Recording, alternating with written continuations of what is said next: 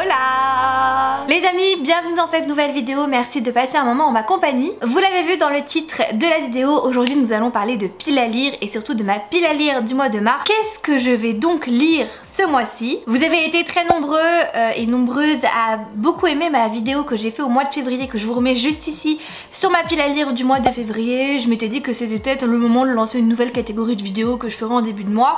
Ça semble vous avoir beaucoup plu, donc merci beaucoup, je suis trop contente. Et du coup je reprends un petit peu ce principe pour le mois de mars. Comme d'habitude, si vous aimez ce genre de vidéo, n'hésitez pas à me laisser un petit pouce vers le haut, ça me fera très plaisir. Vous pouvez aussi me laisser un commentaire en me disant ce que vous prévoyez de lire au mois de mars, et si certains des livres que je vais lire, et bien vous prévoyez aussi de les lire ou vous les avez peut-être déjà lus. Pour les plus timides, bien sûr, je ne vous oublie pas, vous n'avez qu'à me mettre un emoji de la couleur verte pour aller avec mon joli t-shirt, voilà, tout simplement.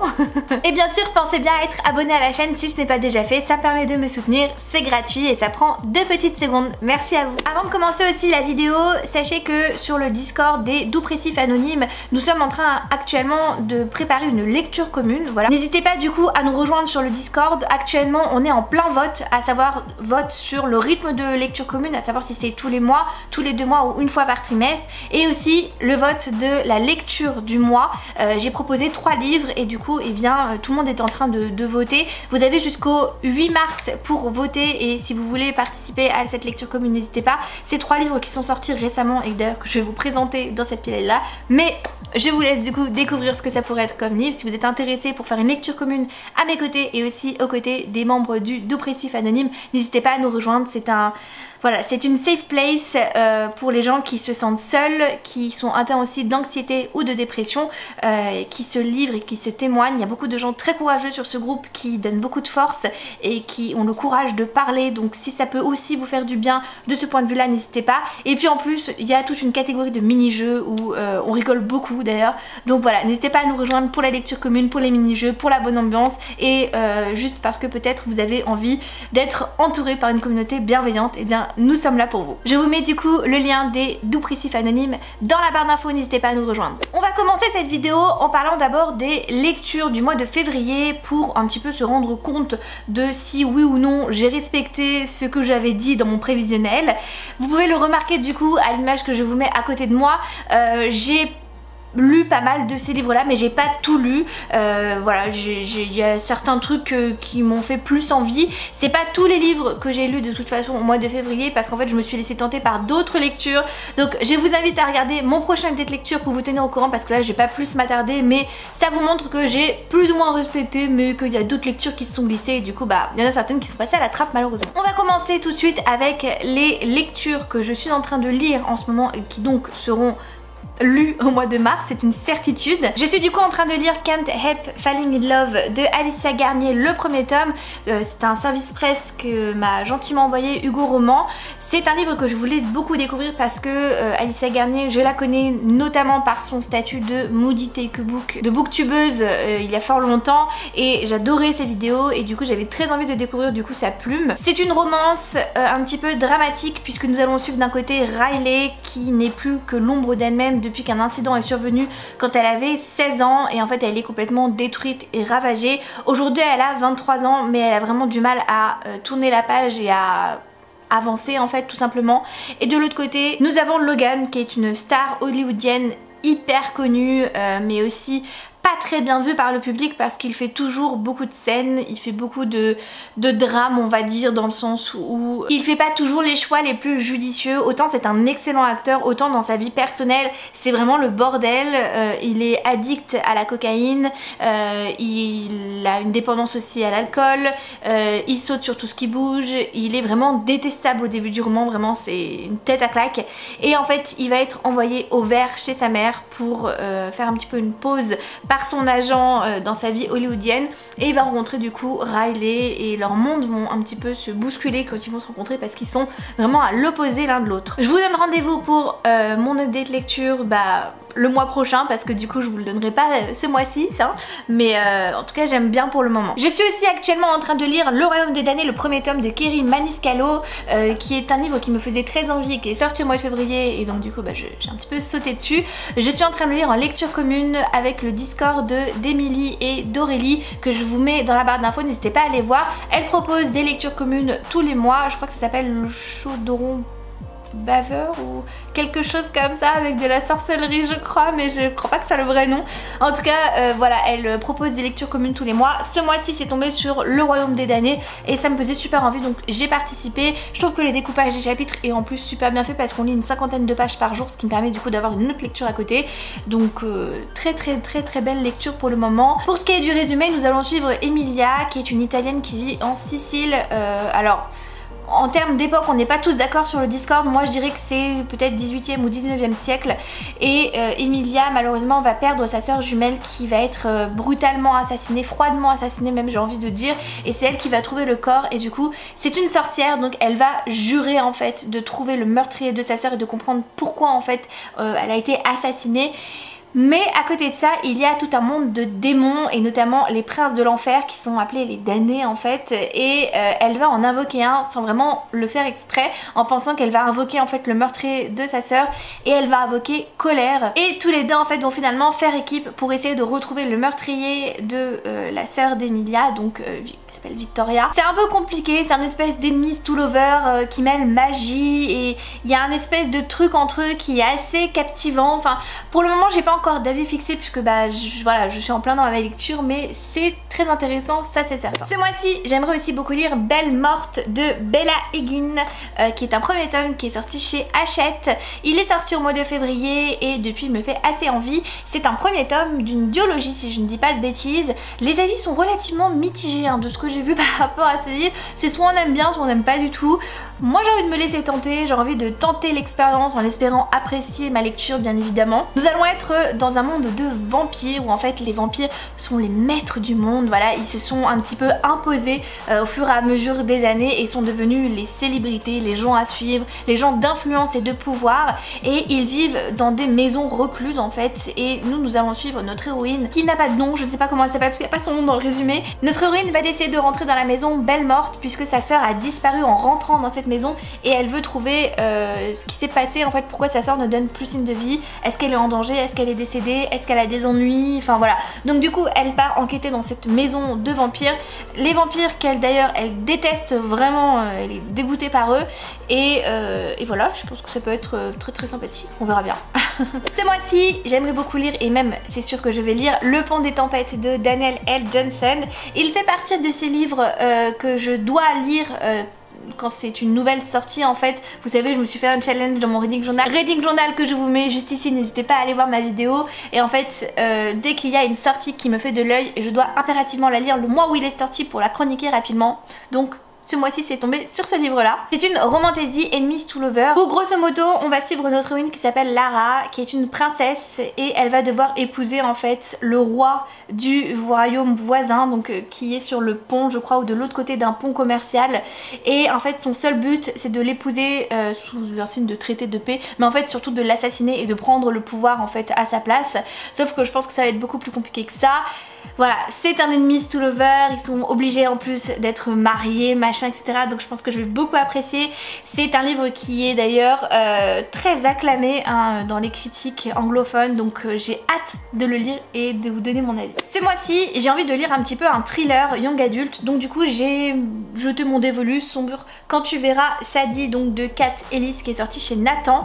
C'est un roman donc thriller mais avec un petit côté horrifique et c'est ça qui m'attire dans ce livre-là. On va suivre Ava qui vit dans une petite ville américaine où il y a une certaine légende urbaine qui dit que parfois le fantôme de Sadie, si on l'appelle, peut revenir d'entre les morts, et si on la regarde dans les yeux, eh bien elle va nous assassiner. C'est un petit peu le même mythe si vous voulez que la Dame Blanche. Et un jour, eh bien Ava va découvrir le corps de sa pire ennemie dans le lycée. Elle est décédée et elle a des sévices assez importants, notamment au niveau des yeux, ce qui laisse à penser que c'est un coup de Sadie. Mais Ava n'est pas dupe et elle se dit qu'il y a autre chose, qu'il y a peut-être un meurtrier en cavale, et du coup elle va devoir mener l'enquête. Voilà, donc il y a ce petit côté horrifique fantasy qui est un peu à côté qui m'attire. Voilà, je sais pas ce que ça va donner, mais je sais pas, ça me fait envie. Si vous avez vu du coup ma pile à lire du Romantasy Challenge, ce n'est pas une surprise. Je n'ai pas sélectionné de livres là dans le Romantasy Challenge pour cette pile à lire du mois de mars, sauf celui-ci parce que je sais que je vais le lire impérativement ce mois-ci pour être à jour et pouvoir lire le tome 3 en avril, je crois qu'il sort, ou en mai, je sais plus. Donc il s'agit du tome 2 de The Remnant Chronicle, désolée pour cet accent absolument horrible, de Mary Epperson. C'est la suite de The Kiss of Deception que j'ai lu d'ailleurs au mois de janvier, donc je vous remets mon avis juste ici, n'hésitez pas à aller voir mon petit update lecture. C'est un tome 2 donc je ne vais pas trop m'attarder voilà, sur le résumé du tome 2. Sachez que c'est une espèce de romantasy, triangle amoureux, écrit dans les années 2010, donc un petit peu vieux on va dire, ça a mal vieilli à mon sens. Mais j'ai quand même envie de savoir la suite. On m'a dit que le deuxième tome était beaucoup plus prenant en termes de complot politique et d'intrigue. C'est ce qui m'intéresse grandement dans les livres de romantasy, en plus des romances qui peuvent être très caliente bien sûr, mais voilà, j'ai envie de laisser cette chance à cette trilogie, de lire le tome 2 ce mois-ci et puis voilà, d'avancer tranquillou bilou dans cette saga hein. Ce mois-ci j'ai aussi envie de lire une des nouveautés de Big Bang, à savoir La chasseuse et l'alchimiste de Alison Safet, qui a l'air absolument génial. D'ailleurs je le trouve magnifique, l'objet de livre, vraiment il est divin, enfin vraiment je sais pas ce que vous en pensez, mais Big Bang Brajlon là ils font des trucs incroyables. C'est une histoire où le Hala est une créature mythique et elle a refait son apparition et du coup il y a une chasse pour capturer cette bête ou la tuer, je ne sais pas trop. Mais dans ce monde de fantasy, pour participer à cette grande chasse ultime, eh bien il faut être deux, à savoir un chasseur et un alchimiste. Margaret, elle est sûre de remporter cette chasse puisque c'est une brillante chasseuse, mais elle n'a pas de binôme en fait hein, voilà, et c'est là que va arriver Wes, qui n'est pas encore tout à fait alchimiste hein, et il est sur la voie pour le devenir, et pour lui sa seule chance de devenir alchimiste c'était de faire équipe avec Evelyn, la maman du coup de Margaret, mais Evelyn a disparu, on ne sait pas trop ce qui se passe, et pour Margaret c'est sûr et certain, si elle remporte la chasse sa mère reviendra, et du coup tous les deux décident de faire équipe dans cette espèce de chasse un petit peu bizarre. J'ai cru comprendre que c'était une romance slow burn absolument merveilleuse, donc j'ai vraiment très hâte de le lire. Il est magnifique, c'est un one shot en plus, donc même pas un début de saga, donc une fois que c'est lu, eh bien on peut passer à autre chose. Ce mois-ci j'ai envie de lire un Jennifer L. Armentrout et du coup j'ai mis mon dévolu sur Titan, donc qui est un premier tome, qui est le spin-off de Covenant où on va suivre le personnage de Seth. Étant donné que j'ai lu Covenant l'année dernière et que du coup les éléments sont encore frais dans ma tête, j'ai du coup envie de le lire assez rapidement pour ne pas trop perdre en fait d'éléments en tête. Normalement vous pouvez lire en fait Titan sans avoir lu Covenant, mais c'est un petit peu dommage parce que vous allez vous spoiler énormément de choses de la saga Covenant. Autant du coup commencer par Covenant avant de lire cette saga là. Du coup je sais pas grand chose sur cette saga, j'avoue que j'ai pas vraiment lu le résumé, si ce n'est que c'est sur Seth et qu'on va suivre après les événements de Covenant. Je n'en sais pas plus et ça me va très bien comme ça. Il faut savoir que j'avais une relation un peu particulière avec Seth dans la saga Covenant, autant je l'aimais beaucoup dans les 3 premiers tomes, autant dans les 2 derniers tomes j'avais juste envie de le tuer en fait, je pouvais plus le blairer, donc j'appréhende un petit peu ses retrouvailles vu qu'on va suivre son point de vue à lui. On verra bien ce que ça donne. En tout cas j'ai très hâte de me lancer dans cette nouvelle saga que j'avais beaucoup aimée et qui est inspirée de la mythologie grecque. Ce mois-ci j'ai aussi très envie de lire Lightlark, donc de Alex Aster, qui est un premier tome. Je crois aussi que c'est une duologie mais je ne suis pas sûre de mon coup. C'est une des nouveautés Lumen qui va sortir au mois de mars. Vous avez cette édition brochée qui est très jolie, mais il y a aussi une édition collector qui va sortir en même temps. Moi j'aimerais en fait honnêtement lire ce service presse là rapidement pour savoir si j'aime ou si j'aime pas. Si j'aime, comme ça au moins je pourrais me prendre la version de luxe sans aucun regret. Pour ce qui est du résumé, c'est un espèce de Hunger Game puisqu'en fait tous les 100 ans il y a une île qui fait son apparition qui s'appelle l'île maudite de Lightlark, et du coup les souverains d'un royaume de fantasy sont tous obligés de participer à cette espèce d'Hunger Game où eh bien, il y a quelqu'un qui va forcément mourir en fait, et nous allons suivre notre héroïne qui s'appelle Isla, qui est la souveraine des sauvages, visiblement un peuple de tentateurs qui est condamné à tuer celui ou celle dont il tombe amoureux, donc voilà, ils sont un petit peu méprisés et un peu craints aussi, et Isla du coup est la seule chance de son peuple pour un petit peu voilà remettre la gloire sur son peuple et arrêter le fait qu'il soit en fait un peu méprisé hein, on va dire. Mais Isla cache pas mal de secrets et pour remporter du coup cette espèce de compétition macabre, eh bien elle va devoir faire preuve de duplicité et d'intelligence et bien cacher ses secrets si j'ai bien compris. Ça a l'air plutôt pas mal, je sais pas ce que vous en pensez. Après j'avoue que j'ai regardé les avis sur Goodreads avant de savoir si je voulais le lire ou pas.